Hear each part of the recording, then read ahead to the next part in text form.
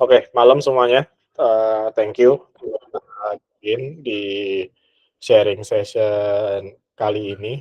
Kayaknya ini sharing session pertama yang judulnya sharing session. Kemarin-kemarin kan judulnya workshop dan kita sempat hiatus lama gitu kan untuk kumpul-kumpul kayak gini atau bahas-bahas yang lebih teknikal gitu kan. Ini bahas teknikal ya by chat aja. Dan kemarin waktu ngobrol sama Rahman kayaknya oke buat dibikin gitu kan satu satu kali gitu kan.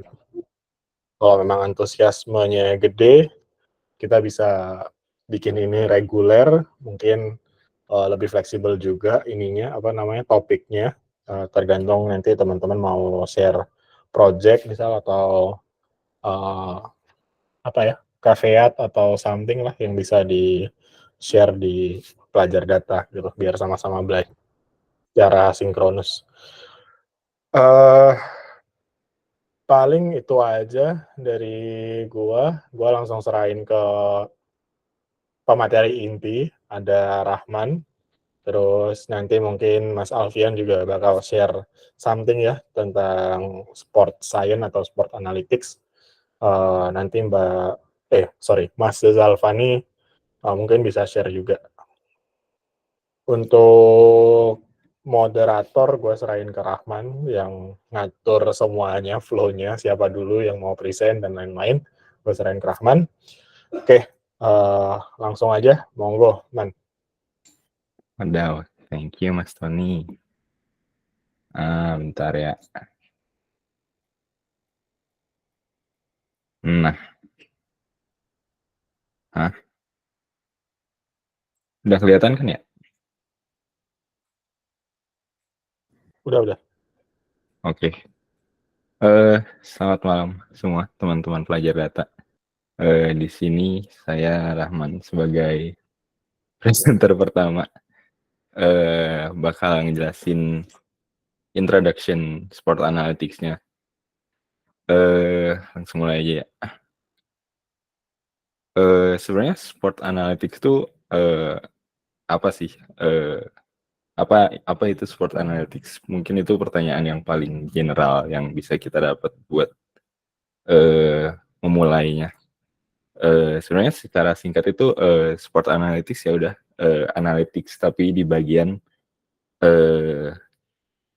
sport, bagian olahraganya gitu. Mungkin deskriptifnya itu lebih ke ilmu dalam mengumpulkan data.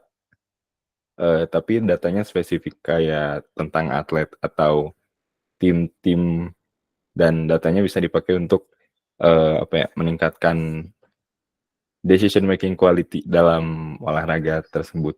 Terus kayak nyari-nyari tren dari satu pemain atau tim yang dianalisa tadi, terus ngasih metodologi itu inovatif yang bisa membentuk analisa dalam olahraganya, kayak ngebantu bikin strategi buat pemainnya, terus bisa bantu juga optimalisasi buat kerja-kerja para atletnya gitu. Terus sebenarnya di sport analytics ini bisa dibilang terbagi dalam dua field. Itu ada on field sama off field. Nah, on fieldnya itu bagian yang niche-nya itu, yang sempat dibilang tadi, kayak data-data yang dikumpulin pemain atau salah satu timnya. Terus biasanya yang di track-nya itu related on field data metrics, kayak misalnya pemainnya larinya berapa cepat lah, terus dia ngegolinnya berapa, ya basic-basicnya kayak gitu sih. Goalnya itu biasanya buat improve kayak in-game strateginya, terus sejauh kayak kalau di bidang kesehatannya itu kayak buat nutrition plan buat para pemainnya, terus dan bagian-bagian lain yang bisa nge-boost performance level dari para atletnya itu sih. Terus yang keduanya itu ada off-field analytics-nya itu lebih, menjerumusnya ke bisnis side-nya gitu sih, buat monitoring off-field datanya, data yang di luar lapang kayak selling selling apa ya, sales sales tiket lah, terus sales merchandise, terus fan engagement-nya berapa, kayak gitu sih. Biasanya datanya dipakai buat decision making business persons-nya dan, direct-nya itu buat growth sama profitability organization atau timnya tersebut, paling itu sih.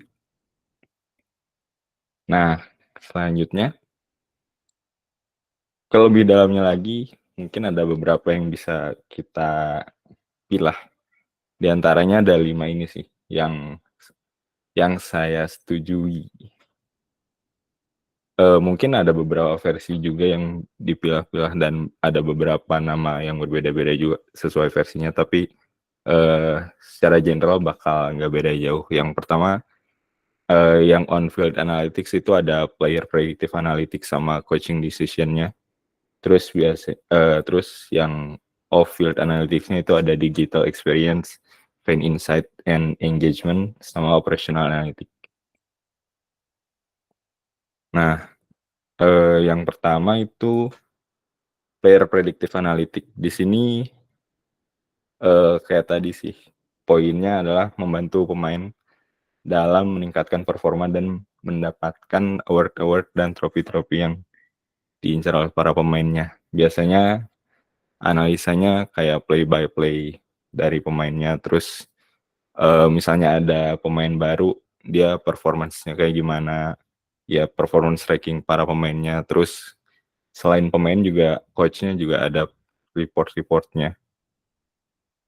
Terus biometric data juga bisa di-gathering buat dipakai buat nge-improve performance para pemain itu. Selain itu juga, selain pemain yang dimiliki oleh organisasi juga bisa mendapatkan data-data pemain, kompetitor. Jadi kayak kompetitor analisis gitu sih. Bisa buat, antisipasi juga buat antisipasi dalam permainannya, gitu. Terus, bisa dipakai juga ada istilahnya apa ya, recruitment analysis, kayak misalnya dalam satu tim itu dia lagi kurang pemain apa sih, terus dalam pencarian pemainnya itu kita bisa pakai data-data yang udah ada dalam menentukan siapa pemain yang paling tepat dalam mengisi kekosongan dari tim tersebut, kayak gitu sih. Terus selanjutnya ada coaching decision. Biasanya di sini kalau misalnya apa ya, kalau misalnya acara-acara olahraga kayak sekarang misalnya ada Euro kan ada coach biasanya, yang paling sering, bukan paling sering sih, yang biasanya mantauin monitor-monitor terus. Nah, biasanya data-data yang dikumpulin itu biasanya dipakai, real time, ya dapat dapat datanya real time, terus digunakannya juga real time, sesuai coach decision making-nya itu sih. Biasanya yang di-analyze itu ada poin yang ketiga itu. Ada kayak misalnya dia larinya berapa cepat, terus heart rate pemainnya, terus, eee, hydration, ya seberapa dia terhidrasi pemainnya, nafasnya aman atau enggak, terus capeknya segimana, terus ada prediksi, kalau misalnya dia cedera, dia sakit sebelah mana. Biasanya data-data itu, eee, di ganti, sorry. Nah, biasanya data-data itu didapatnya itu ada apa ya, ada gear tertentu yang biasanya dipakai sama pemain langsung sih. Terus ada yang nanya itu yang real time itu yang pakai computer vision. Iya dan tidak. Biasanya kalau yang pakai computer vision itu, nggak semua tim bisa dapetin datanya sih. Kayaknya cuma, secara apa ya, secara biasanya home team-nya doang yang bisa dapetin data computer vision-nya. Misalnya, misalnya ada permainan Spanyol lawan Belanda gitu, terus mainnya di kandang Spanyol. Nah, biasanya data computer vision itu cuma didapetin sama yang si tim Spanyolnya aja, tim Belandanya biasanya nggak dapet. Itu salah satu, apa ya, competitive advantage dalam satu pertandingan gitu sih. Nah, kalau yang balik lagi ke yang, matriks-matriks yang ketiga tadi, dia tuh biasanya pemainnya pakai gear-gear, apa ya, pakai vest ya di balik jersey-nya dia pakai vest. Nah, vest itu biasanya trackingnya dari situ sih. Terus lanjut, eee, digital experience. Ini udah mulai, pindah dari on-field analytics ke off-field analytics sih. Biasanya kan, eee, gimana ya jelasinnya, kalau misalnya lagi main, ada interaksi-interaksi yang bisa dikasih bukan dari timnya sih, lebih dari kayak misalnya di video.com kalau misalnya gol itu dia kayak ada kedap-kedip itu. Nah, itu salah satu contoh simple digital experience-nya gitu sih. Terus dari situ juga kita bisa ngelihat engagement-nya dia, pemainnya lagi, penontonnya itu, sentimennya kayak gimana terhadap digital experience-nya itu. Paling itu sih. Mungkin salah satu produk digital experience yang paling paling apa ya, paling terkenal dan sering dimainkan, itu kayak, FPL, Fantasy Premier League. Ya biasanya yang kayak gitu sih. Dan itu juga, bisa dapetin data juga kan, misalnya pemain FPL mana yang paling sering dipilih dan, eee, korelasinya sama merchandise pemainnya itu kayak gimana, kayak gitu-gitu bisa didapetin sih. Ya, lanjut ke fan insight and engagement. Di sini kalau yang digital experience tadi biasanya apa ya, si siapanya ya namanya, yang, eee, pelakunya, aktornya itu kalau yang digital experience mostly di, eee, TV rights atau yang punya hak buat nayangin TV-nya atau dari liganya. Kalau misalnya kalau yang ini, kalau fan insight and engagement itu biasanya aktornya itu langsung dari pihak organisasi klubnya. Misalnya kayak di sosial media kan, banyak tuh, tim-tim yang, apa ya, istilahnya kayak ngebanter satu sama lain buat engagement, eee, para buat engagement ke para fans-nya juga kan. Dan di situ juga kita bisa nentuin kalau yang engage dari, tweet-tweet banter kayak gitu tuh sebenarnya dia fans apa. Terus, dari situ juga kita bisa, ngasih personalized content ke si fans tersebut, kayak gitu sih.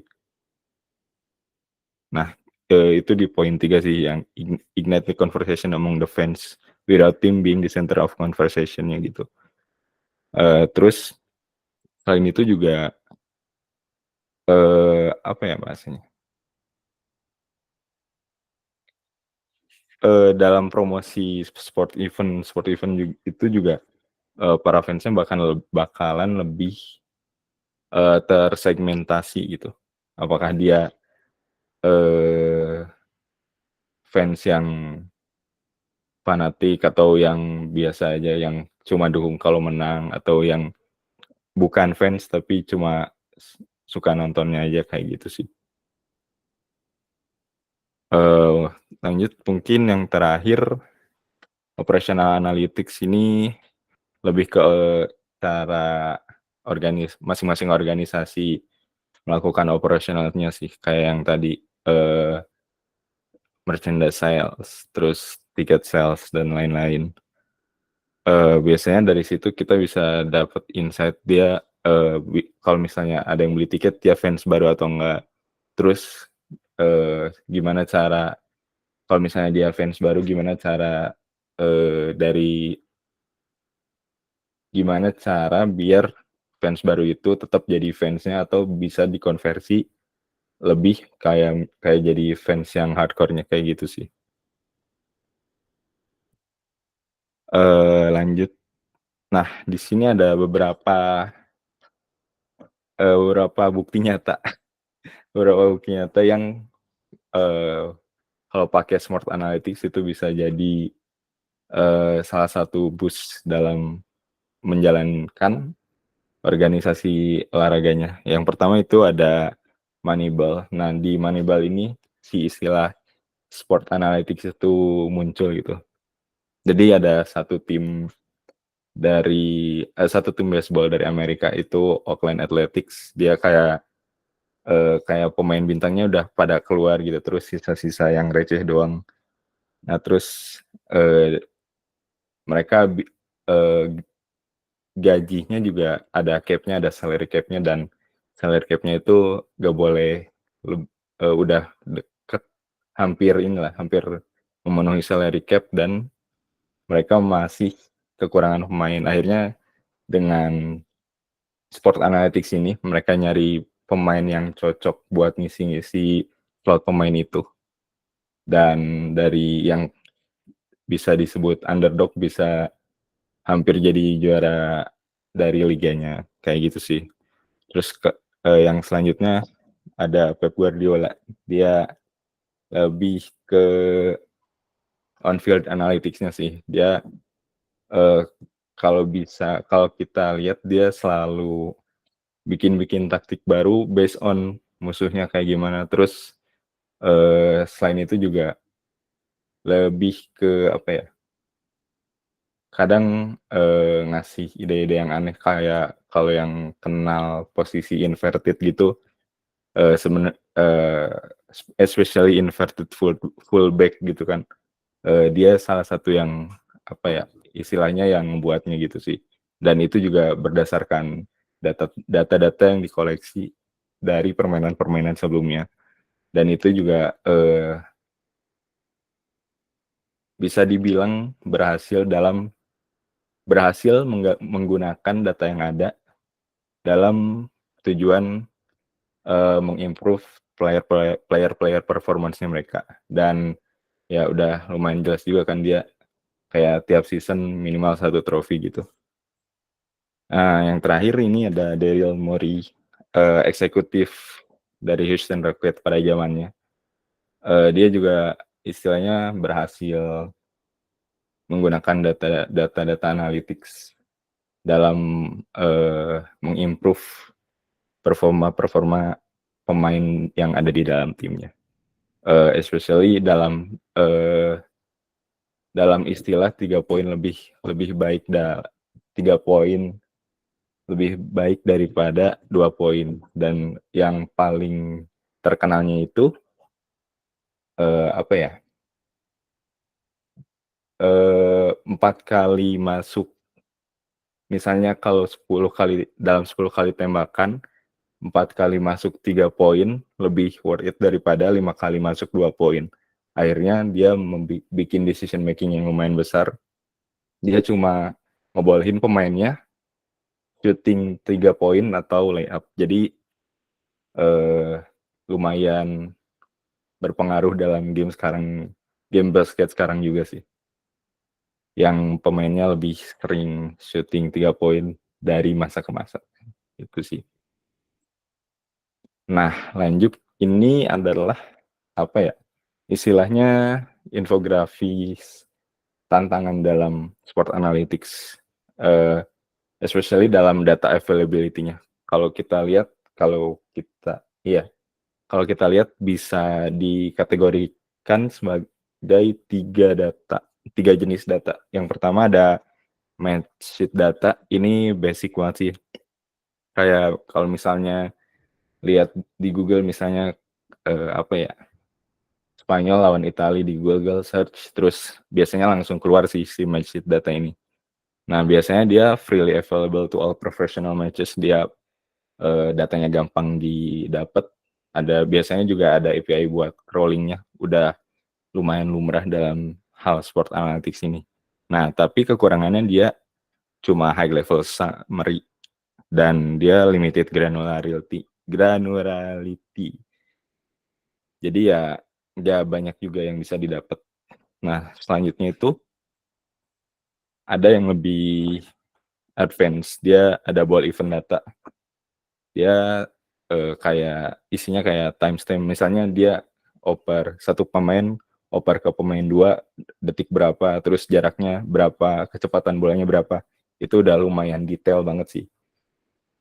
Itu commercially available for professional matches, tapi sekarang kayaknya udah banyak yang gratis juga.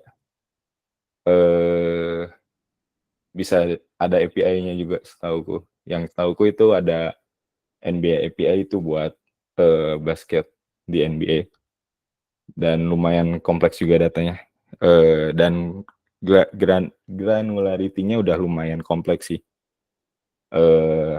Dan datanya bisa lebih dipakai buat melakukan analytics kompleks dibandingkan yang message data tadi. Nah, selanjutnya itu ada tracking data. Ini baru yang pakai computer vision. Yang biasanya kalau di stadion itu ada kamera di atasnya. Nah, biasanya itu buat tracking data kayak capture position of all players and ball, biar yang real time data tadi.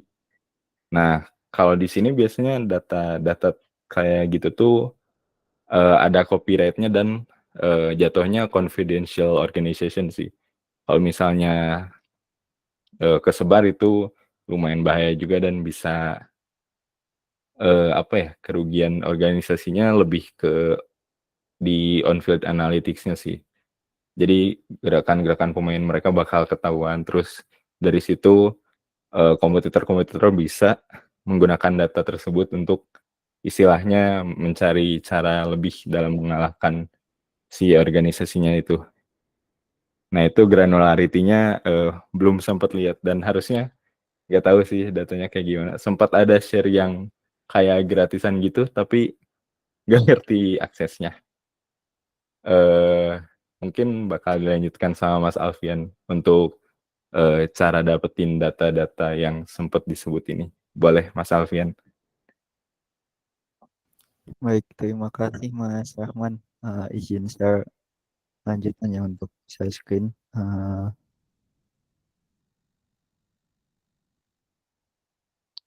Apakah udah kelihatan teman-teman? Sudah, Mas. Oke, terima kasih. Sebelumnya perkenalkan, nama saya Alfian. Di sini menemani Mas Rahman. Kalau tadi kan Mas Rahman menjabarkan tentang sport analytics secara umum, secara teoritis, dan ada pembagiannya berbagai macam itu uh, yang mungkin bagi kita yang awam tentang sport, dunia industri olahraga itu, ternyata analytics sudah berperan cukup besar gitu ya di dalam industri olahraga itu. Nah, ini saya nerusin lebih ke teknisnya, atau bisa dibilang ya eh, kotornya gimana gitu, kayak teknis nanti yang kita lihat datanya real tuh kayak gimana gitu kan. Nah, ini sebelumnya disclaimer dulu, saya bukan data analis yang di industri olahraga ya, ini cuman hobi aja, saya suka analisis data sepak bola. Nah, ini ada beberapa sumber data yang bisa teman-teman pakai yang secara gratis. Itu ada salah satunya tuh SofaScore atau FODMOB. Mungkin teman-teman yang sering monitor hasil hasil pertandingan biasanya udah lihat kayak ini, misal Slovakia sama Ukraine ini kan lagi main kan dia. Ini statistiknya juga istilahnya real time, dia terupdate, dan ini bisa diambil juga secara pakai scraping gitu, ada API-nya. Kemudian FODMOB ini juga mirip sih sama SofaScore, cuman bedanya ya ada beberapa yang ada di SofaScore tapi ada juga yang ada di Votemob tapi nggak ada di SofaScore gitu. Terus mungkin selanjutnya itu ada transfer market. Kalau teman-teman tahu, ini biasanya buat memonitor harga pasar pemain ya. Kayak ini misal si Erling Haaland ini harganya 180 juta euro gitu. Nah ini kalau si transfer market ini dia secara data pemainnya itu lebih lengkap, kayak ini tempat lahirnya di mana, kemudian agennya siapa, itu lebih lebih lengkap. Cuman untuk statistiknya enggak selengkap di SofaScore ataupun Votemob. Tapi di sini tuh ada juga yang namanya ini apa namanya, injury history atau riwayat dia tuh pernah pernah cedera berapa kali, dan dia eh, karena cedera itu dia jadi absen berapa hari, itu ada di transfer market. Kemudian contoh lain itu ada FBref. FBref ini dia lebih ke agregasi akhir sih, kayak jadi dia eh, ada level pemain, ada level kompetisi, level tim. Kayak gini, misal ini di EPL musim lalu ya. Ini kayak Arsenal itu dia rata-rata possessionnya berapa dan lain sebagainya. Ini banyak banget. Ini lumayan sering dipakai juga. Dan ini salah satu kelebihannya itu misal teman-teman buka salah satu pemain gitu ya. Misal si William Saliba ini, dia ini ada eh, persentilnya, ada grafik persentil. Jadi misal dia ini levelnya udah di agregat per 90 minutes atau per 90 menit. Jadi dia secara per 90 menit melakukan percobaan passing itu 75 kali, dan itu persentil jika dibandingkan dengan pemain-pemain yang seposisinya itu dia ada di persentil 88. Jadi ini lumayan memudahkan untuk teman-teman yang mungkin baru belajar, oh ini ternyata nilai segini tuh bagus atau enggak sih gitu kan. Itu buat informasi tambahan. Terus kalau yang lain tuh ada WhoScored. Nah ini tadi disebutkan ada kan apa namanya, event data. Nah ini di WhoScored ini dia gratis event datanya, cuman ya kita bisa di scraping juga, cuman scrapingnya nggak semudah di SofaScore atau Votemob. Nah ini contohnya, ini kan data shoot, terus ini passing. Passing tuh ada, misal kita klik salah satu gitu ya. Nah ini ada dia passingnya kemana, posisinya kemana, yang passing itu siapa, terus jenisnya ini. Nah ini kayak keeper throw, berarti kan ini umpan umpan lemparan dari si kiper si Diego Lopez ini. Ini banyak banget datanya, dan satu pertandingan itu kalau kalau nggak salah tuh bisa sampai ribuan data ya, ribuan baris data. Terus ada juga heat map ini lumayan salah satu yang paling lengkap sih WhoScored ini. Terus ada lagi StatsBomb. Nah kalau StatsBomb ini dia berbayar, cuman untuk event-event tertentu dia bisa gratis, kayak Piala Dunia tahun 2022 kemarin, AFCON, terus kayaknya Euro ini juga bakal dirilis, cuman nunggu dulu paling. Lalu ada yang lain tuh ada Wisecout. Wisecout kalau ini saya kurang kurang familiar, belum pernah pakai juga. Setahu saya itu berbayar dan emang jangkauannya luas. Itu kayak kalau nggak salah ngecover liga-liga Asia juga. Dan yang terakhir itu mungkin yang saya tahu ada Lapang Bola. Ini khusus di Indonesia dan ini berbayar. Teman-teman mungkin kalau mau support industri sepak bola Indonesia bisa bisa subscribe di sini, di subscribe statistik ini. Terus mungkin selanjutnya, nah ini contoh project. Kalau di Indonesia sendiri ini masih jarang ya yang khusus membahas tentang sport analytics gitu. Nah ini ada beberapa contoh. Ini akun Twitter sih, Mas.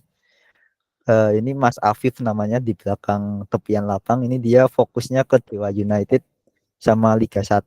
Kemudian ada Statsflood. Nah ini yang tadi si Mas Jaltsani itu dia bikin event analisis event data gitu, match report. Terus kalau teman-teman yang mungkin dulu tahu Pojok Stats itu juga lumayan populer, cuman sekarang udah inaktif. Terus yang setahu saya yang di Indonesia lagi itu ada The Court. Terus kalau internasional nih banyak banget sih sebenarnya, nggak bisa ngasih contoh semuanya. Uh, terus mungkin selanjutnya ke referensi belajar ya. Referensi belajar ini banyak banget sebenarnya. Ini contohnya ini ada David Sumter. Ini dia tuh seorang dosen di Uppsala University dan dia termasuk pionir football analytics yang lumayan populer dan jadi apa ya, jadi panutan utama. Dia nulis buku banyak tentang Soccermatics itu contohnya. Ini dia juga bikin YouTube tutorial-tutorial gitu. Ini sangat berguna kalau teman-teman mau belajar football analytics khususnya. Saya sarankan follow orang ini sih Mas. Selanjutnya ini ada referensi-referensi lain yang mungkin nanti bisa di capture aja atau nanti saya share ya link-linknya. Selanjutnya mungkin ke ini apa namanya, kan tadi ini kan udah ada referensi-referensinya ini ya. Contoh project yang nyata gitu yang pernah saya kerjain sendiri gitu, itu saya pernah bikin artikel ini analisis tentang kayak bermain tim-tim liga teratas Eropa gitu. Mungkin teman-teman yang main Football Manager atau PES atau FIFA gitu kan ini ya apa namanya, biasanya lihat ngatur strategi atau taktiknya itu kan bermacam-macam gitu. Nah itu kan ada biasanya ada slider ya, kayak misal counter atau possession itu ada kayak slider. Nah itu inspirasinya dari situ sih saya nulis artikel ini. Jadi gimana kita tuh bisa merumuskan yang nyata ini, dia kayak main possessionnya misal dari 0 sampai 10 tuh dia di angka berapa. Nah itu bisa dibilang inspirasi pertama, dan ini awalnya itu adalah saya itu bikin tentang analisis Liga 1 sebenarnya teman-teman. Mungkin bisa dilihat di sini. Ini saya hasil sama Mas Afif tadi yang topian lapang itu, karena ya yang nonton Liga 1 ya, karena saya jarang nonton Liga 1, jadi saya minta validasi apakah benar ya, kayak misal Borneo ini mainnya kira-kira lebih sering close range. Close range ini maksudnya shootnya jarang nge-shoot dari luar gitu. Terus apakah dia sering pakai offset trap, apakah dia uh, lebih jarang commit foul atau pelanggaran gitu dibanding tim-tim lain gitu. Misal kayak Persib Bandung. Nah ini Persib Bandung dia cenderung lebih low block banding kalau sama Borneo, apakah benar gitu. Dan itu si Mas Afif atau si Tepian Lapang ini membantu validasi itu, dan lumayan valid juga sih ini datanya, hasil analisisnya ya, walaupun tentu pasti ada bias dalam statistik ya tentu, tapi intinya itu apa namanya, hasil analisis ini, tujuan analisisnya. Kemudian karena awalnya itu kemudian saya kan mikir kalau saya bikin artikel tentang analisis Liga 1 kan mungkin pembacanya kurang ya gitu. Jadi saya bikin artikel ini membahas yang liga-liga Eropa gitu, biar dapat lebih menjangkau orang lebih banyak lagi gitu. Kemudian ini saya juga belajar referensi jurnal. Ini kalau teman-teman baca, ini saya temuin di ini dari Plakias dan kawan-kawan. Ini yang kalau dia itu membagi menjadi 4 fase kurang lebih dalam sepak bola. Itu ada fase defense, kemudian fase attack, kemudian transisi antara keduanya itu dari defense ke attack ataupun attack ke defense itu ada stylenya masing-masing gitu. Kayak ini misal possession, direct, cross, finishing dan lain sebagainya. Nah dari itu kemudian data yang saya pakai itu adalah datanya si SofaScore ini teman-teman. SofaScore ini kan ada datanya nih kayak contohnya ini passing, call, kemudian saya buka lebih lengkap ini contohnya. Nah intinya dari statistik-statistik ini saya kumpulkan dari Liga Eropa teratas itu saya jadikan satu gitu ya. Itu kurang lebih hasilnya tuh jadi kayak gini teman-teman. Yang ini. Nah ini saya ada yang player kayak Chelsea, Edward Mendy. Kemudian yang tim ini juga ada formasi. Kemudian ini statistiknya, shotnya dia berapa dan lain sebagainya. Setelah datanya terkumpul, ini saya melakukan definisi style. Ini kurang lebih ada 10. Ini yaitu ini termasuk yang diskusi sama Mas Afif itu juga yang tepian lapang. Ini contohnya saya kasih contoh satu aja yang misal directness gitu. Directness ini kan directness artinya apakah dia mainnya itu muter-muter aja atau main ya langsung to the point gitu mau cetak gol gitu. Nah itu dilihat dari metrik jumlah shot per 500 sentuhan. Jadi kalau misal dalam 500 sentuhan dia melakukan 20 shot dibandingkan tim lain yang hanya melakukan 5 shot, berarti kan yang melakukan 20 shot ini dia lebih direct gitu. Dan ini ada 10 style, mungkin nanti teman-teman bisa dibaca aja ya artikelnya atau notebooknya ini. Setelah mendefinisikan playing style, kemudian hasilnya ini teman-teman persebarannya, dan ini kelihatan kalau soal directness mungkin normal lah ya, hampir distribusi normal. Artinya ada yang main direct, ada yang enggak, ada yang direct banget, ada yang enggak. Kemudian di beberapa style lain juga ada yang scoop atau miring ke kanan, misal ini counter, artinya jarang yang main counter banyak itu dalam satu match. Kemudian offset trap berarti ada yang main pakai offset trap itu jarang juga, dan seterusnya. Terus ini saya coba bikin heat map korelasinya gitu.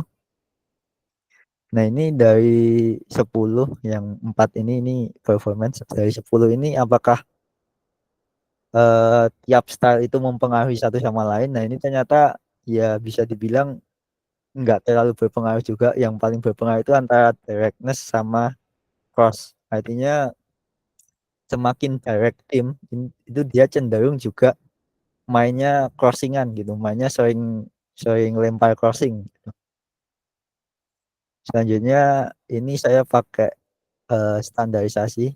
Ini metode yang saya pakai itu Z-score atau Z-score, itu yang apa ya, saya dia standar deviasi, seberapa jauh standar deviasi sama min. Nah ini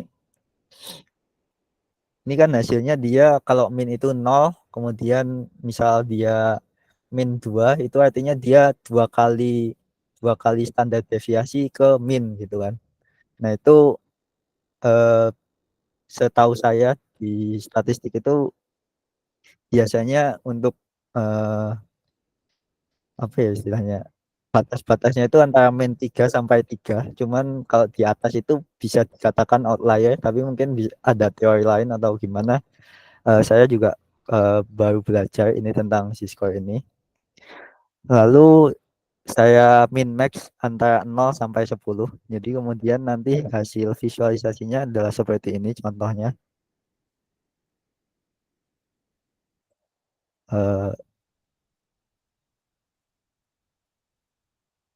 Nah ini, nah 4,9 ini artinya dia deket sama minnya itu saya jadikan 5 gitu. Terus misal ini dribblingnya dia juga lumayan jauh dari min. Artinya si Manchester City ini pada musim IPL 22-23 dia termasuk yang jarang melakukan dribbling di relatif terhadap jumlah sentuhan totalnya gitu. Kemudian kita kan tahu Pep Guardiola mainnya tiki taka umpan-umpan dan dia emang cenderung banyak menggunakan short passes. Ini jaraknya antara 3 sampai 5, artinya lumayan jauh juga dibandingkan dengan misal tim lain kayak eh, ini Barcelona yang musim 22-23 juara itu ternyata bandingkan tim-tim juara lain malah yang paling sering melakukan long pass gitu. Padahal kita tahu tiki taka itu kan asalnya dari Barcelona dan ternyata pada eranya Xavi mungkin lebih fleksibel, nggak harus tiki taka gitu. Selanjutnya ya udah sih ini karena datanya itu data yang saya kasih di ini tuh data 2223 ya visualisasinya sebenarnya cuma sampai ini, cuman yang bonus bonus ini karena pas saya nulis artikel itu kan belum selesai musim 23-24, jadi saya nggak kasih datanya di GitHub saya juga, cuman ini ada kayak contoh Arsenal kemarin sampai match day ke berapa ini 28. Kalau dibandingkan sama Liverpool sama Manchester City, mungkin teman-teman ingat ini kan kemarin perebutannya antara tiga ini ya, cuman Liverpool kepleset gitu ya, dia akhirnya tinggal Arsenal sama Manchester City.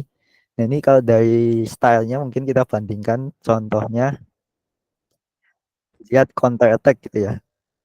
Manchester City counter attack-nya di 5,3, Liverpool di 5,9, dan Arsenal di 5,7. Berarti si Manchester ini dibandingkan ketiga kandidat juara yang paling jarang melakukan counter attack. Cuman ya ini dia masih di atas min 5,3, berarti di atas 5 masih di atas min.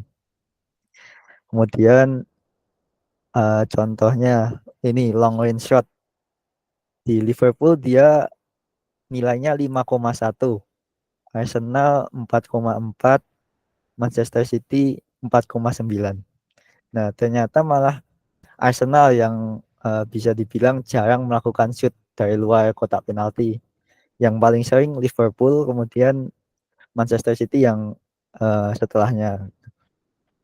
Mungkin itu aja sih sharing contoh project tentang sport analytics. Kurang lebihnya mohon maaf. Wassalamualaikum warahmatullahi wabarakatuh. Aku balikin ke Mas Rahman. Yes, thank you Mas Alfian. Ya kalau misalnya dari teman-teman ada yang mau bertanya, bisa langsung open mic atau langsung kirim pertanyaannya di chatroom. Boleh, Mas Henry. Kalau sport analytics itu kalau rumusnya kan beda-beda kan per cabang olahraga. Nah, kalau kayak misalnya tenis atau MMA itu biasanya nyari datanya tuh atau rumusnya tuh kayak gimana? Yang kayak kan soalnya kan udah dicari-cari itu kan ternyata nggak sebanyak kayak football yang tadi. I see. Nangkep. Thank you pertanyaannya, Mas Henry Wijaya. Aku bantu jawab sepengetahuanku ya. Biasanya kalau rumus-rumus atau formula-formula yang dipakai itu either dia bakal public, rumusnya bakal public, dan biasanya yang public ini nggak akan related sama bisa dipakai buat nge-counter salah satu organisasinya atau enggak. Misalnya kayak yang paling populer itu kayak kalau di bola ada expected goal kan. Nah itu sebenarnya kalau nggak salah ada papernya juga dan itu udah lumayan publik diketahui. Nah ada juga beberapa formula-formula yang bisa disebut confidential dan soalnya itu bisa dipakai buat misalnya salah satu organisasi dia bikin formula salah satu organisasi itu bikin formula terus itu formula itu sebenarnya bisa dipakai buat apa ya ngitung ya contohnya efektivitas pemainnya. Nah, kalau misalnya di-share itu kan bisa formula itu bisa di-counter buat ngelawan organisasinya itu juga, itu setauku itu sih. Kalau dari Mas Alfian, sorry, kalau misalnya olahraga-olahraga yang lebih niche gitu, saya juga kurang tahu sih dapat formulanya kayak gimana. Dari Mas Alfian itu ada tambahan nggak ya buat pertanyaan yang tadi?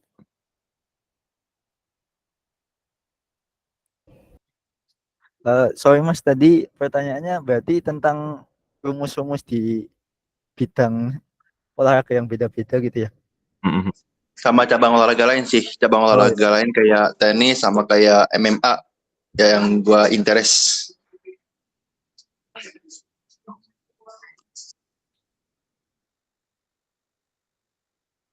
kan tadi di bola tadi kan ada contoh expected goals. Nah itu bisa jadi konteks dalam olahraganya pun penting gitu. Misalkan kayak di basket itu defense antara di basket sama defense antara di sepak bola itu beda gitu. Di bola itu karena di bola kan skornya paling 1-0, 2-0, artinya setiap aksi defense itu memang harus tepat gitu. Sedangkan di basket kan kita tahu skornya bisa 190, artinya defense enggak ya penting, cuman enggak harus tepat di sepak bola gitu. Jadi konteks olahraganya itu perlu dipelajari tersendiri, makanya ada tim-timnya sendiri gitu kan, tim datanya. Mungkin itu sih Mas kalau pendapatku. Dari Mas Eka ada tambahan? Mau nanya sih sebenarnya sih. Tapi tadi pertanyaan Kenti udah cukup menjawab belum? Oh iya ya. Dari Mas Henry, setauku kalau tenis, ya mau nambahin sih. Setauku kalau tenis itu ada website apa ya namanya, Ultimate Tennis Statistik, Ultimate Tennis Stats gitu sih. Tapi aku juga kurang tahu datanya kayak gimana. Jadi ya bisa dicoba akses sendiri sih Mas dan explore di daerah situ. Pada opennya ya, Ultimate Tennis ya. Ultimate Tennis Stats atau statistik gitu. Sempat pernah lihat. Kalau MMA jujur aku nggak tahu udah ada sport analytics-nya kayak stat formula statistiknya kayak gitu atau enggak. Tapi kayaknya kalau MMA lebih datanya lebih kayak player tracking-nya aja sih. Kegambarannya. Iya. Itu paling yang bisa aku tambahin Mas Henry. Udah lumayan menjawab kah? Oke, siap-siap mungkin Andi pakai sekian dulu. Oke. Lanjut lagi. Oke, thank you Mas Thank Henry. you. Siap. Ke Mas Eka dulu boleh, Mas Eka. Oke, thank you Mas Rahman, thank you Mas Alfian, tadi udah bantu jelasin ya seputar sport analitik gitu. Nah, gue ada 3 pertanyaan sih. Yang pertama, mungkin Mas Rahman bisa jawab kali ya. Untuk sport analitik ini ya gitu ya, di Indonesia seberapa menjanjikan sih nggak sih Mas? Itu dari sisi karir gitu ya, apakah masih banyak peluang yang bisa kita gali untuk sport analitik karir gitu di Indonesia? Itu satu. Yang kedua, ini sih sebetulnya jadi pertanyaan gue dari kecil sih ketika main bola gitu ya. Cara untuk sebuah talent hunter gitu ya, untuk menilai potensi pemain itu seperti apa sih Mas caranya Mas itu? Apakah dia sebelumnya menilai dari sisi apakah sudah ada data terlebih dahulu gitu ya yang dibawa oleh talent scouter gitu untuk lihat si orang ini punya potensi di posisi ini gitu, bisa kita bawa dia untuk ke tim yang lebih profesional atau gimana gitu. Itu kedua, cara mengukur potensi seorang pemain gitu ya. Terus yang ketiga, nah bagaimana sebuah bagaimana cara sebuah klub itu untuk menentukan nilai transfer pemainnya gitu. Karena gue suka bingung gitu, tiba-tiba misalnya contoh lah kayak Erling Haaland gitu ya, tiba-tiba nilainya udah 100 juta, 100 juta gitu euro gitu, atau misalnya ada 70, ada 75, 40, 30 gitu. Bahkan ada pemain-pemain yang mungkin udah usianya lebih dari 30 ya mungkin harusnya nilai transfer di bawah 50 juta, tapi ternyata dia bisa tembus sampai 60 gitu. Nah itu gue gak tahu sih cara sistem untuk menilai harga seorang pemain gitu sih. Itu sih pertanyaan gue. Thank you. Wow. Oke, thank you Mas Eka. Sangat ramai. Eh, mungkin kita coba jawab satu-satu dulu ya Mas Eka. Dari yang pertama itu kayak sport analytics di Indonesia seberapa menjanjikan. Jujur aku nggak tahu kalau di Indonesia kayak gimana. Tapi kalau sempat baca-baca dan dari komunitas Football Manager itu ada yang sempat direkrut kayak jadi apa ya performance analytics-nya gitu. Itu biasanya mereka tuh dapatnya itu bukan dari ininya sih, bukan dari yang benar-benar ada jalur sport analytics-nya, tapi lebih dari kepelatihan dulu sih. Nah, dari kepelatihan itu baru ada percabangan ke sport analytics-nya. Setahuku ada kayak gitu sih. Kalau dari Mas Alfian sempat ada insight nggak ya kayak gitu? Buat sport analytics di Indonesia seberapa menjanjikan dan gimana-gimananya? Oh iya Mas, sebenarnya juga kan tadi udah disclaimer ya kalau saya bukan pelaku industri gitu. Mm. Jadi sebenarnya ya kalau realnya gimana ya kurang tahu, cuman ya sama kayak yang Mas Rahman bilang tadi, setahu saya kebanyakan itu kayak kursus-kursus kepelatihan dulu, kursus-kursus tentang sepak bola kan ada lisensi-lisensi gitu ya, ada yang tingkat PSSI, ada yang AFC atau sampai FIFA. Nah itu mungkin kayak tadi yang saya sebut lapang bola, mungkin ada yang kenal Mas Prabu. Mas Prabu join di Discord juga kok. Itu COO-nya lapang bola. Mungkin kalau mau tahu gimana data bola di Indonesia, mungkin nanti bisa ada sesi diskusi tambahan sama Mas Prabu itu. Jujur sebenarnya saya juga penasaran gimana gitu potensi di Indonesia. Mungkin itu sih Mas kalau dari saya. Iya, kayaknya mau nambahin lagi sih, buat yang off-field kayak yang tadi, sales or merchandising kayaknya dulu sempat lihat Bali United buka posisi itu sih, merchandise analyst sama merchandise and pricing analyst, dia title-nya itu.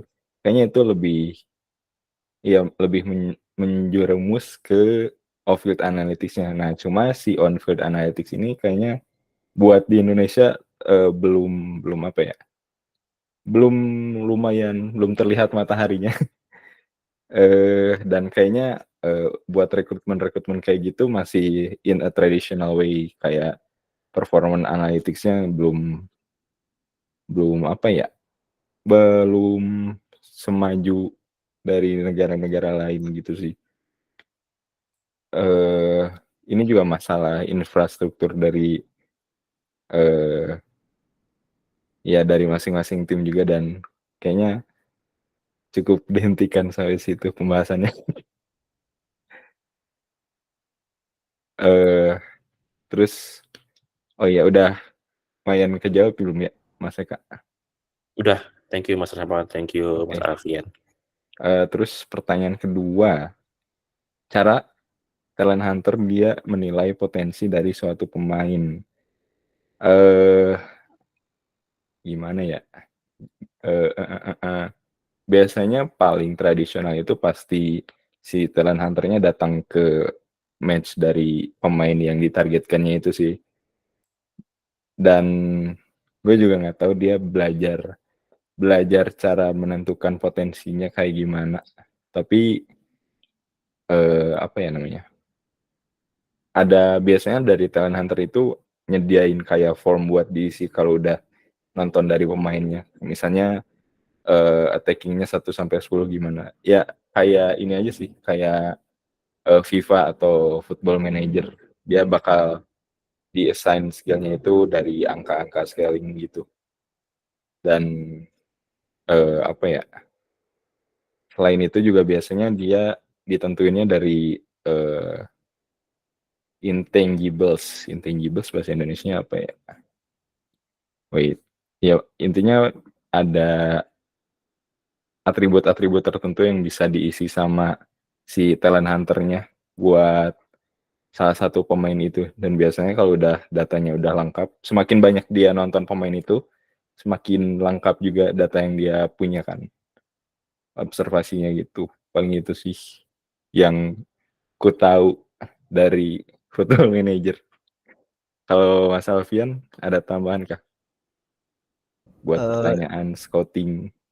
Ya, mungkin aku mau nambahin soal scouting ya. Kan biasanya kita secara tradisional kan biasanya scout itu kalau di film Moneyball itu ya, scout itu kan di-assign buat nonton pemain langsung gitu ya, tanpa melihat data statistik. Jadi emang sangat tradisional dan mengandalkan mata gitu. Jadi kemudian data analytics ini muncul itu sebenarnya bukan berarti menghilangkan scout, tapi justru membantu. Karena misalkan contoh tim Arsenal gitu ya, dia mau cari pemain misal sayap kiri gitu. Nah itu kan kalau misal scout, kita butuh scout untuk memonitor banyak liga, itu kan scoutnya berarti butuh banyak banget ya. Jadi sedangkan kalau udah ada data dengan provider data yang semakin banyak di berbagai liga, itu kan bisa kesaing lebih gampang pakai algoritma data. Secara teknis gimana lah itu nanti urusannya si tim datanya. Jadi nanti kalau setahu saya itu ada kayak gitunya, jadi kayak tim datanya itu memberikan rekomendasi ke scout, kemudian scoutnya itu baru validasi gitu, kayak verifikasi apakah si pemain ini mainnya benar kayak gini sih, apakah dia ini bakal cocok gitu, terus bakal di eh, di apa ya, dibahas Direkrut. lagi sama manajernya gitu. Iya, jadi manajernya apakah mau beneran cocok sama gaya bermainnya atau enggak gitu. Nah, tadi mungkin aku boleh share screen lagi ya, contoh aja sih ini. Yang Boleh, tadi boleh. aku sebutin soal FPRF, Football Reference itu. Nah, udah kelihatan belum ya? Yang tadi Ya, contoh ya. William Saliba persentil. Nah, ini contohnya itu kayak gini. Ini kan juga scouting report ya ini ya. Scouting report, view complete scouting report. Ini tuh ada, nah kayak gini, tiap statistiknya itu dipersentilkan dibandingkan dengan back lain yang seposisi sama si Saliba ini. Jadi misal ini passes completed, oh berarti si Saliba ini bagusnya dia back yang PD pegang bola karena dia passingnya banyak gitu. Apalagi ini juga mungkin, tapi nah itu lagi tantangannya dalam data analytics itu kan harus memahami konteks ya. Kan kita harus tahu bahwa Arsenal ini kan memang mainnya possession, jadi wajar kalau misal si Saliba ini akhirnya pegang bola banyak. Maka kemudian apakah kita bisa membandingkan dia dengan backline yang mainnya direct misalkan, terus kita bilang si Saliba lebih baik? Belum tentu juga. Bisa jadi emang kebutuhan manajernya itu misal dia mau main direct ya berarti dia cari back yang enggak pegang bola banyak, yang benar-benar back tradisional aja gitu. Jadi baik buruknya itu ya tergantung konteks lagi. Apakah si manajer itu mau cari pemain yang kayak gimana sih? Gitu sih Mas, mungkin kalau dari aku. Iya, lumayan lengkap sih. Thank you Mas Alfian.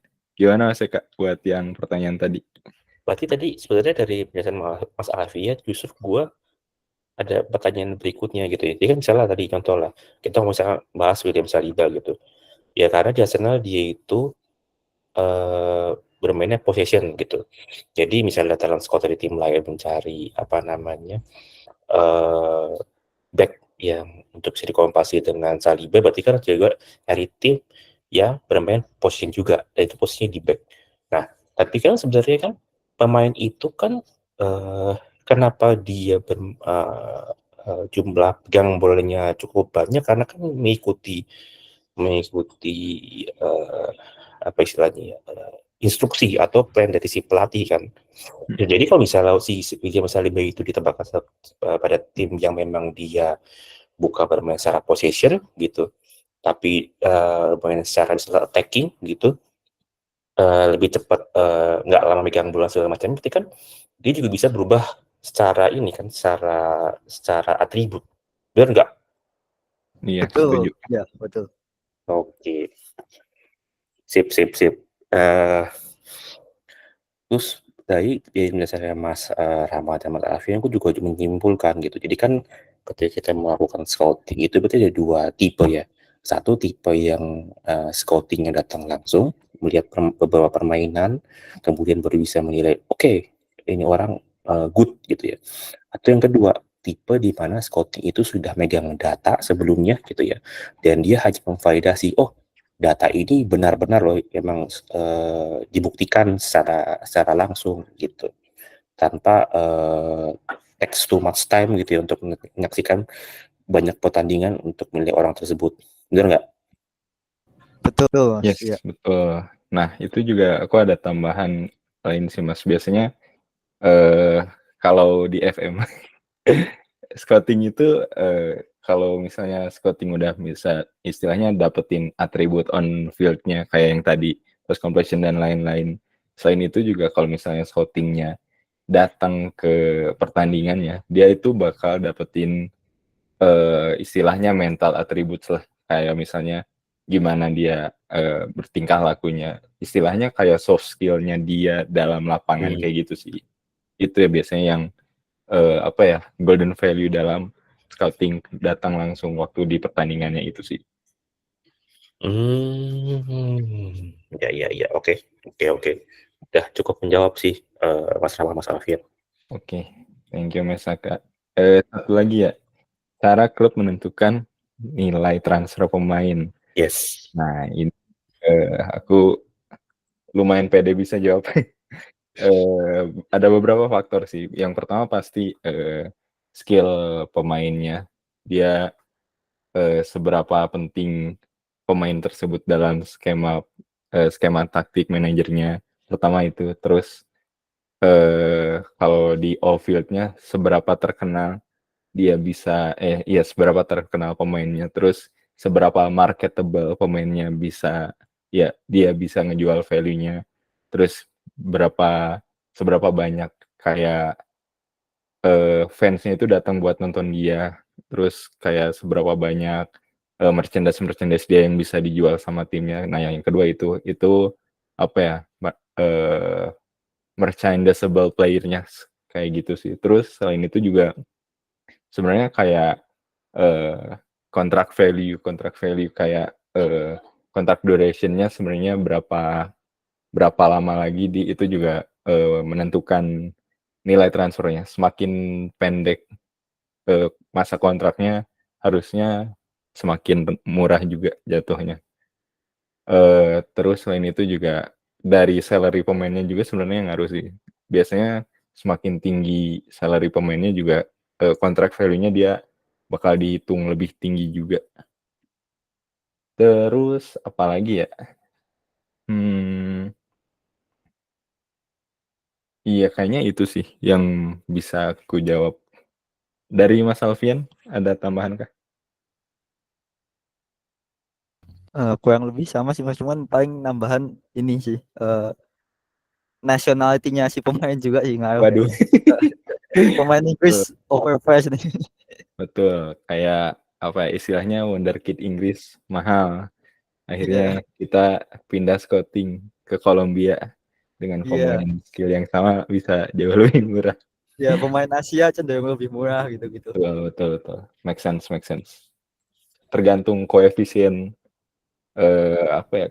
koefisien negaranya dalam ranking FIFA. Itu juga bisa ngaruh. In a way bisa ngaruh, tapi harusnya nggak seberpengaruh skill pemainnya sih. Itu paling yang bisa aku bantu jawab Mas Eka sama Mas Sofian. Jadi secara proporsi gitu ya, menurut Mas Rahman gitu ya, untuk menentukan nilai transfer pemain itu lebih besar value secara on field atau value secara off fieldnya? Tergantung organisasinya nyari apa. Kalau misalnya benar-benar nyari pemain, dia pasti proporsi on fieldnya lebih tinggi. Tapi misalnya dia organisasinya harusnya jarang sih organisasi nyari profit, itu pasti nyari value of fieldnya. Tapi sempat ada kayak beberapa kasus ada pemain yang benar-benar ada organisasi yang benar-benar beli pemain tersebut buat nyari profit, kayak beli murah terus dimainin setahun doang, dijual mahal, kayak gitu banyak sih. Ya karena kan dulu kan pernah ada beberapa case di mana ada beberapa tim Eropa gitu yang sengaja beli pemain misalnya dari China atau misalnya dari Jepang dengan tujuan hanya Nah, break to the market sana kan gitu, itu untuk dia. mendapatkan dari situ. Betul. Ya, biasanya bukan, nggak bisa disebut eksploitasi sih sebenarnya. Iya, tipe-tipe transfer kayak gitu lumayan shady sih. Kayak pemainnya sebenarnya nggak dibutuhin timnya, kayak sebenarnya misalnya pemain organisasinya beli striker, let's say asal Jepang lah. Padahal timnya itu strikernya udah lumayan banyak dan nggak ada yang cedera juga. Nah, biasanya itu ngarahin marketnya doang sih, bukan ya ngincer marketnya, bukan ngincer skill dari pemainnya. Dan biasanya pemain-pemain kayak gitu nggak awet di timnya. 1 tahun 2 tahun bakal minta cabut juga. Biasanya jarang dimainin juga sih. Kayak gitu Mas Eka. Ya, iya. Waduh, betul itu ada namanya keluar. Oke, wis. Sip, thank you Mas Arman, thanks Alfian buat jawabannya. Yes, thank you Mas Eka. Ada yang mau ditanyain lagi atau kita baca dari chat dulu ya? Kayaknya sempet Tadi banyak. ada yang resin tadi kalau masalah ya. Oh iya, cara lihat recent nggak ada sih, kosong di sini.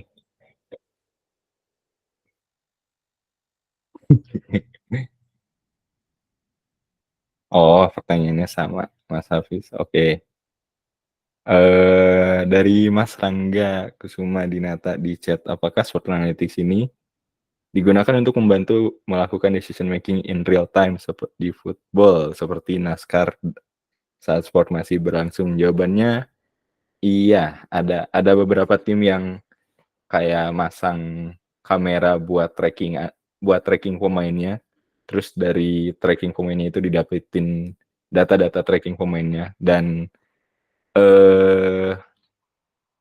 dari data tracking itu kita bisa nentuin pemainnya itu masih sempat ngejalanin pertandingannya atau enggak, atau dia mainnya bagus ya atau enggak. Nah, dari data real time itu biasanya coachnya bakal ya data itu bakal mempengaruhi decision making coachnya buat pemain itu bakal diganti atau enggak, kayak gitu sih. Contoh ininya, contoh simpelnya sih Mas Rangga, gitu paling. Semoga menjawab ya Mas Rangga. Terus apa lagi ya?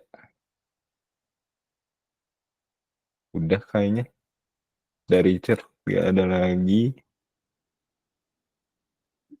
Dari yang lain ada yang mau bertanya lagi?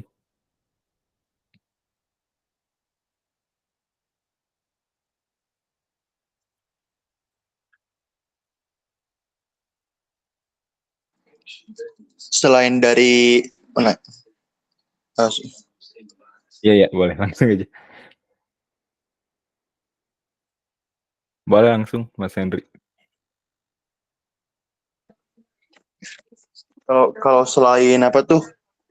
Kalau tadi selain pakai computer vision, kalau yang manual tuh gimana? Atau yang apa, dia dari tim ofisialnya atau dari tim internalnya atau gimana? Yang pengumpulan data tracking selain computer vision? Pengumpulan data tracking selain computer vision. Apa ya? Waduh, kurang bisa jawab. Dari Mas Alfian? Ada insight kah? Setahu saya dulu tuh ada video, ini saya cariin sekalian ya, contoh Bundesliga. Jadi di Bundesliga itu ada kayak petugasnya beberapa gitu. Itu tugasnya untuk ini, tugasnya untuk nyatet kayak nah ini contoh.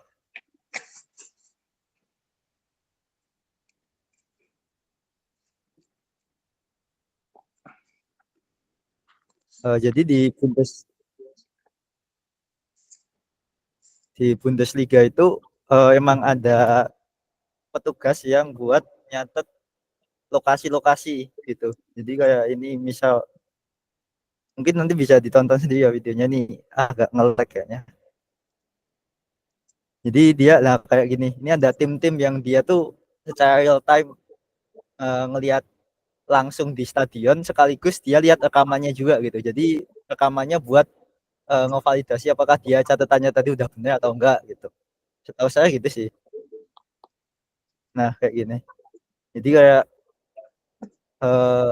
meskipun pakai computer vision, tetapi tetap ada orang yang ngevalidasi gitu. Apakah lumayan menjawab, Mas? Berarti pakai video ya?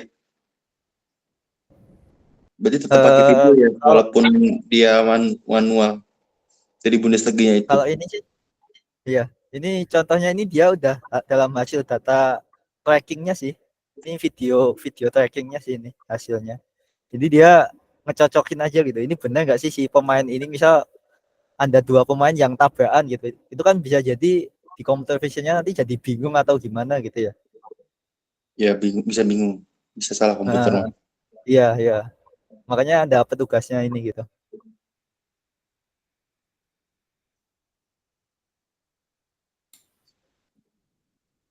Oke. Yes. Dan iya, sejauh ini Bundesliga salah satu liga yang paling yang paling bangun dalam data-data kayak gini sih. Udah dari lumayan lama juga, dari gua dari SMP kali. Dari 2010-an mereka udah ngepromosiin sport analytics, penggunaan sport analytics dalam berjalannya liga kayak gitu sih.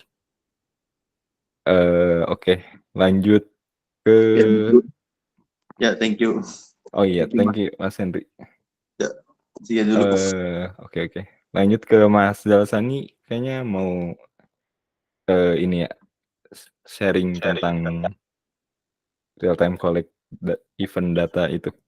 Boleh Mas, dipersilahkan. Ya, boleh ya Mas ya. Ini saya share screen boleh? Ya, boleh. Ini mumpung lagi ada yang main nih, ini tuh Ukraina kalau nggak salah. Kita lihat aja ya event datanya ya. Yes.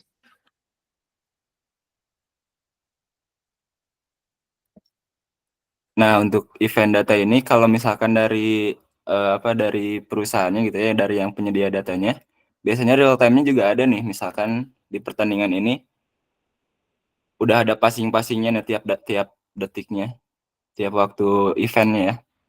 Tiap action ada passingnya, ada banyak tipenya sih. Ada shooting, ada passing, ada dribble kalau nggak salah, ada tackle, ada intercept dan lain-lain, sama ada koordinatnya juga. Ini tuh kalau misalkan tadi ada pertanyaan untuk decision making itu juga di real time kan pasti dipakai ya untuk ini. Misalkan ganti taktik, ganti apa gitu, kayak kemarin aja Italia lawan Spanyol di babak pertama kan Italia kekurung banget tuh sama Spanyol.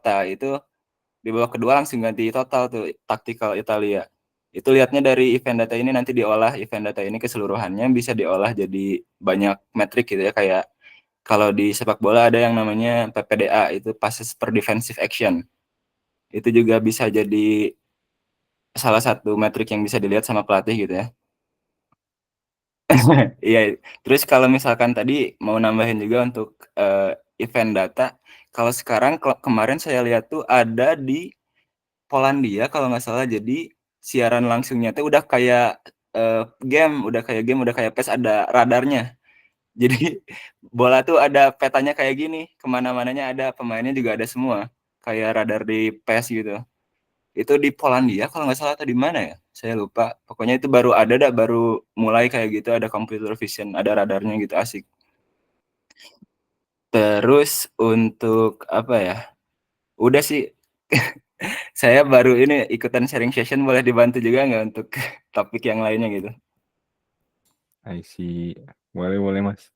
Lumayan keren sih. Ini subscription ya Mas? Enggak, ini open sih. Oh ini Bisa open. dilihat juga ya. Kirain ini.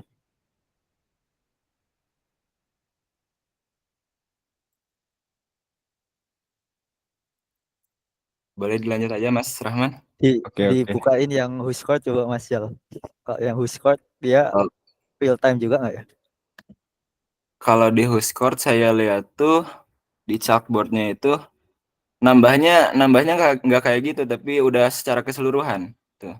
Hmm. Misalkan ini kemarin ya, coba ganti ke yang ini yang sekarang.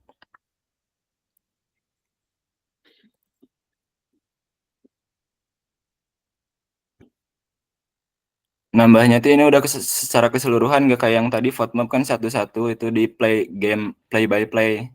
Kalau ini udah secara keseluruhan, passingnya juga udah secara keseluruhan, nambah terus sih tiap menitnya, tiap waktunya. Kayak gitu mungkin.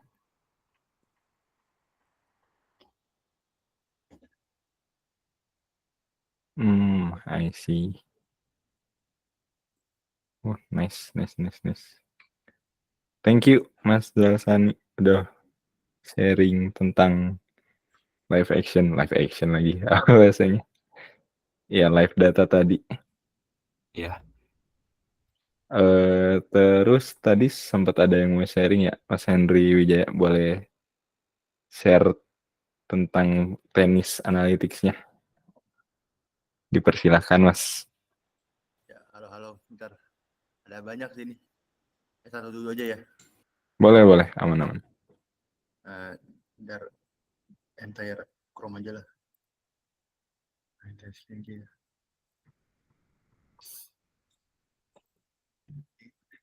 Sorry. Nah, yang ini nih, ada ini dia pakai datanya dari mana ya kalau di sini ya? Bentar, sorry. Nah, datanya itu dia dari ini baru import. Nah, dia import. Oh, ini vaksin-vaksinnya. Oh, ini ATP match. Jadi dia kalau di sini datanya ada dari tahun 2020 kali. 2021 kayaknya dia.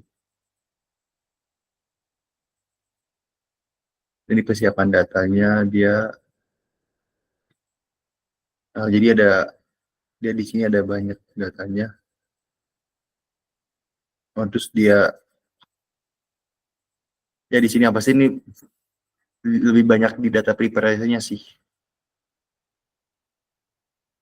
Gue gabung-gabungin data dulu.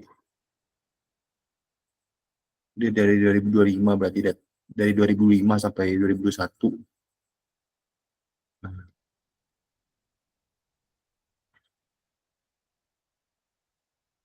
Nah, ini yang paling ini sih yang paling banyak ininya.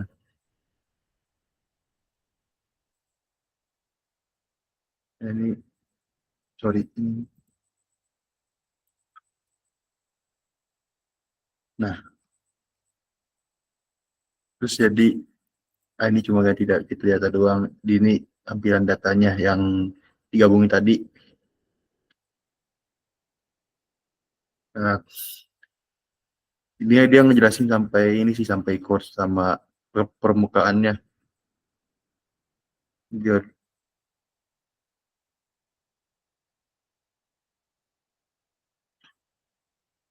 Ini sorry mohon maaf gue juga dari kemarin gue juga mesti bingung. Aman, nggak apa-apa.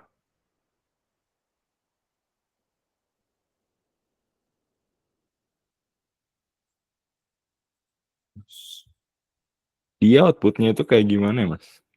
Outputnya tuh gini. Nah dia tuh outputnya kayak gini sih. Kalau dari hasil akhirnya tuh lebih cat juga sih. Bener-bener cuma ngambil pertama tuh, ntar ini ada dari sini ya. Dia tuh dia sih pertama menampilin permukaan dulu, jumlah berdasarkan permukaan, terus lapangannya indoor atau outdoor. Kalau clay itu jadi kayak ini tanah liat, ini rumput, terus ini yang semen atau ini ada yang karpet. Nah ini ada yang terus ini posisi tangannya sama jumlah kemenangannya menang kalahnya di sini. Jadi kalau yang gue tangkap sih ini dia lebih nampilin korelasi menang kalah berdasarkan permukaan terus jenis lapangan. Ya permukaan lapangan kayak tanah liat, kayak rumput sama semen, terus dia jenis lapangannya itu indoor atau outdoor, sama tangannya dia kidal atau tangan atau biasa. Ini emang kebanyakan tangan kanan sih. Menang kalah sama aja sih, mau dia kidal mau dia tangan kanan. Ini korelasi ranking berdasarkan nanti korelasinya.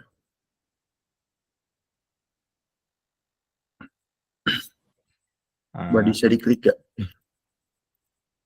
Nah, I see.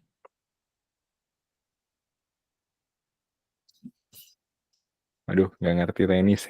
Nah sama nih, ini percetun maksudnya kayak percetun itu kan kalau nggak salah dia ngebalikin bola kalau misalnya dia nge-serve ya, ada yang nge-serve terus balikin bola, itu namanya return.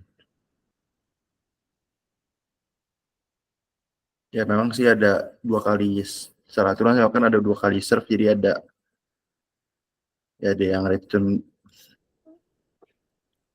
Ya memang Sorry, bentar. Tadi ada yang resen ya, Mas Hafiz? Ada yang mau ditambahkan kan? Oh enggak Mas, buat habis ini aja. Oke. Boleh. Lanjut aja Mas Hendri.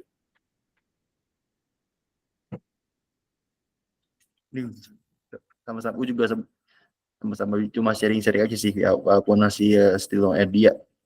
Cuma yang dia tampil ini sih lebih ke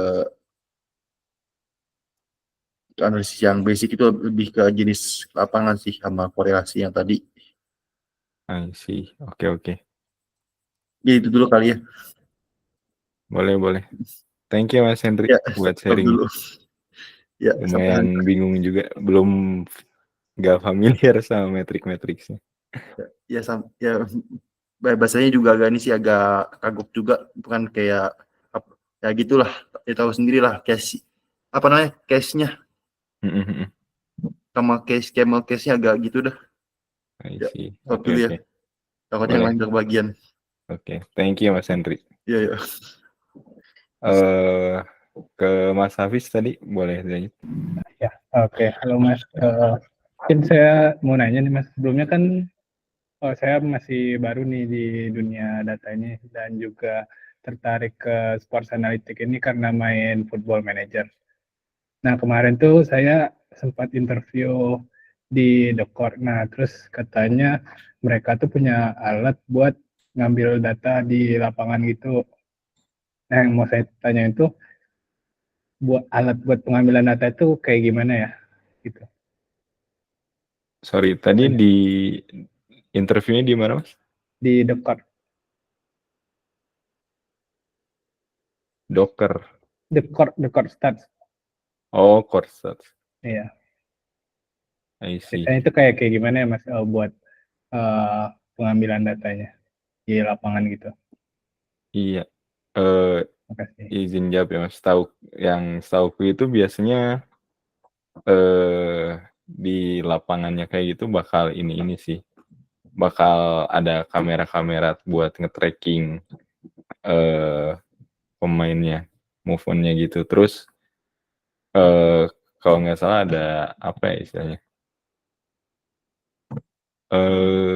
Apa ya? Satelit, bukan satelit. Kayak ada drone dari atas gitu juga sih. Dan drone-nya juga dipasang kamera buat trackingnya juga sih. Kalau dari Mas Alfian ada tambahan nggak ya? Kayak alat-alat buat gathering datanya? Jujur kurang tahu sih Mas, nggak pernah ngambil data langsung ya. Jadi kurang bisa menjawab. Mohon maaf. Iya paling itu sih Mas. Dan kayaknya dari kita juga belum ada yang pernah hands on buat olah data langsung dari lapangannya kayak gitu. Oke Mas, cuma penasaran aja sih Mas. Oke, makasih Mas. Oke, thank you Mas Hafiz. The court stats. Komis. Dari Mas Yandi, boleh? Oke Mas, halo. Ya, halo. Ya, aku mau nanya sih dari perspektif Getter Data Sport Analyst. Kan aku jadi keinget ini sih, agak intermezzo. Maaf. Keinget statementnya Pep Guardiola ya. Jadi kalau menangin liga tuh lebih gampang daripada menangin turnamen kayak Champions League. Betul. Nah, kalau di terms data gitu. Kalau nge-gather data kompetisi apakah lebih susah apakah lebih susah daripada nge-gather data dari liga. Soalnya kan kalau kompetisi itu tim-timnya juga kan kadang antah berantah juga gitu. Dan pemain-pemainnya juga agak asing gitu di telinga. Nah, apakah lebih susah yang turnamen atau yang liga gitu dari secara data analisis datanya, Mas? Terima kasih. Thank you Mas Yandi atas pertanyaannya. Benar sih, istilahnya kayak kalau gathering data dari liga itu kan scope-nya liga itu kan per negara ya, dan dalam satu negara kayaknya lebih gampang gathering datanya daripada istilahnya kayak kita bandinginnya sama Liga Champions ya kan. Liga Champions itu satu benua. Dia bisa jadi regulasi buat gathering datanya per negara itu bisa beda-beda sih. Yep. Selain itu juga kayak selain regulasi dari negara juga harusnya dari liga, kalau gathering data dari liga itu regulasinya biasanya yang diatur liga kan. Dan kalau misalnya yang competition kayak Champions League kurang tahu sih dia regulasinya kayak gimana. Mungkin ngeblok yang ngebloknya di bagian situnya sih. Kalau dari Mas Alfian ada insight gak ya buat data gathering kayak gitu?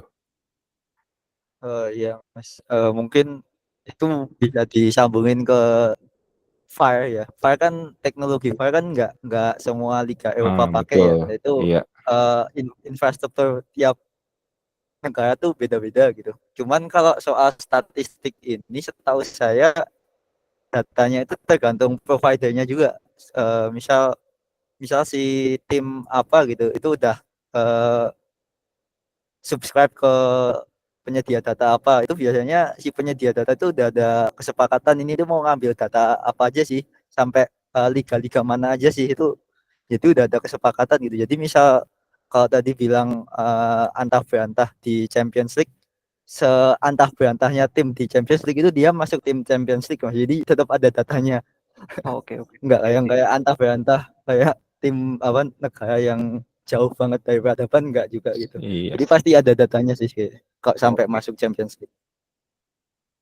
Iya, seenggaknya ada, tapi mungkin kelengkapannya nggak selengkap yang udah punya alat-alat buat gathering datanya, punya klubnya ya, bukan yang third party-nya. Mungkin kayak gitu sih yang bisa ditarik kesimpulannya. Itu paling Mas Yandi. Semoga menjawab. Siap. Makasih Mas. Yes. Terima kasih juga atas pertanyaannya, Mas Yandi. Dari yang lain, ada yang mau didiskus atau ditanyakan terlebih dahulu?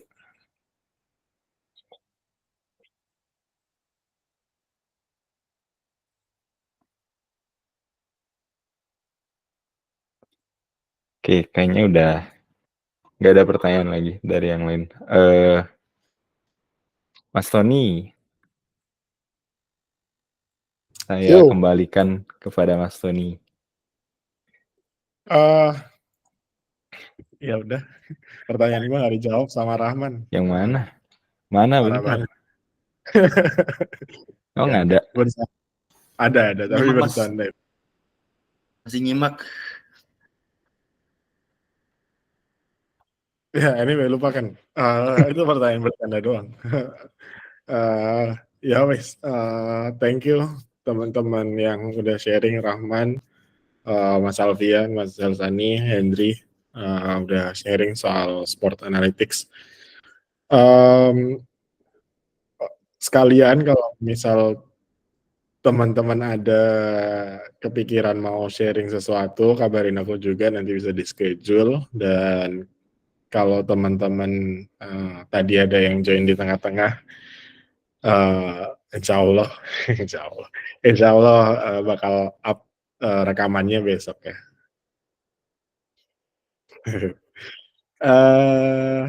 Untuk terakhir mungkin kita foto dulu lah ya, biar ada dokumentasi lah. Jarang banget ada dokumentasi. Boleh open cam, aku bakal pin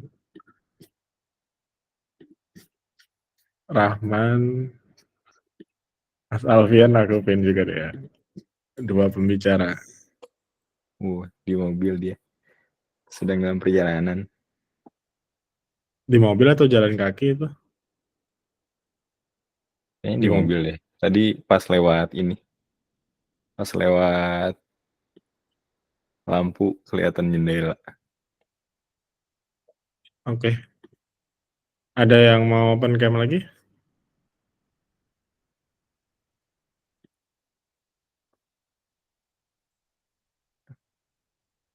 Oke. Mas Yundaru di bis.